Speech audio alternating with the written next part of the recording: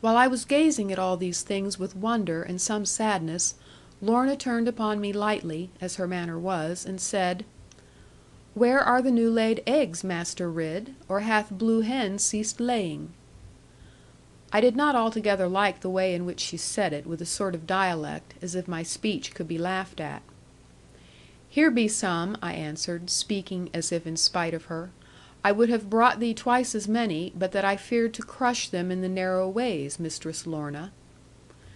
And so I laid her out 2 dozen upon the moss of the rock ledge, unwinding the wisp of hay from each as it came safe out of my pocket. Lorna looked with growing wonder, as I added one to one, and when I had placed them side by side, and bidden her now to tell them, to my amazement what did she do but burst into a flood of tears.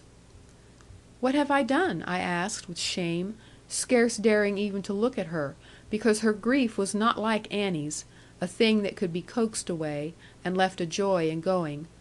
"Oh, what have I done to vex you so?" "It is nothing done by you, Master Ridd," she answered very proudly, as if naught I did could matter.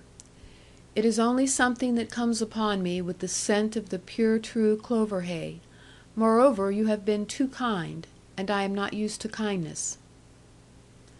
Some sort of awkwardness was on me at her words and weeping, as if I would like to say something, but feared to make things worse perhaps than they were already. Therefore I abstained from speech, as I would in my own pain. And as it happened, this was the way to make her tell me more about it. Not that I was curious, beyond what pity urged me, and the strange affairs around her; and now I gazed upon the floor, lest I should seem to watch her; but none the less for that I knew all that she was doing. Lorna went a little way, as if she would not think of me nor care for one so careless; and all my heart gave a sudden jump, to go like a mad thing after her, until she turned of her own accord, and with a little sigh came back to me. Her eyes were soft with trouble's shadow, and the proud lift of her neck was gone, and beauty's vanity borne down by a woman's want of sustenance. "Master Ridd," she said, in the softest voice that ever flowed between 2 lips, "have I done aught to offend you?" Hereupon it went hard with me, not to catch her up and kiss her, in the manner in which she was looking; only it smote me suddenly that this would be a low advantage of her trust and helplessness. She seemed to know what I would be at, and to doubt very greatly about it, whether as a child of old she might permit the usage. All sorts of things went through my head, as I made myself look away from her, for fear of being tempted beyond what I could bear. And the upshot of it was that I said, within my heart and through it, "John Ridd, be on thy very best manners with this lonely maiden." Lorna liked me all the better for my good forbearance, because she did not love me yet, and had not thought about it, at least so far as I knew; and though her eyes were so beauteous, so very soft and kindly, there was, to my apprehension, some great power in them, as if she would not have a thing, unless her judgment leaped with it.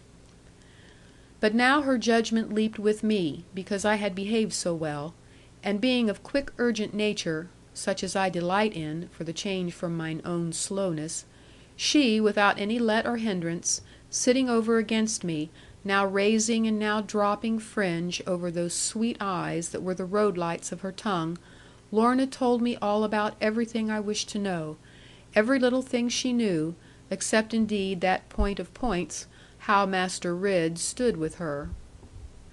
Although it wearied me no whit, it might be wearisome for folk who cannot look at Lorna, to hear the story all in speech, exactly as she told it; therefore let me put it shortly, to the best of my remembrance. Nay, pardon me, whosoever thou art, for seeming fickle and rude to thee. I have tried to do as first proposed, to tell the tale in my own words, as of another's fortune; but lo, I was beset at once with many heavy obstacles, which grew as I went onward, until I knew not where I was, and mingled past and present. And 2 of these difficulties only were enough to stop me; the one that I must coldly speak without the force of pity; the other that I, off and on, confused myself with Lorna, as might be well expected. Therefore let her tell the story, with her own sweet voice and manner, and if ye find it wearisome, seek in yourselves the weariness.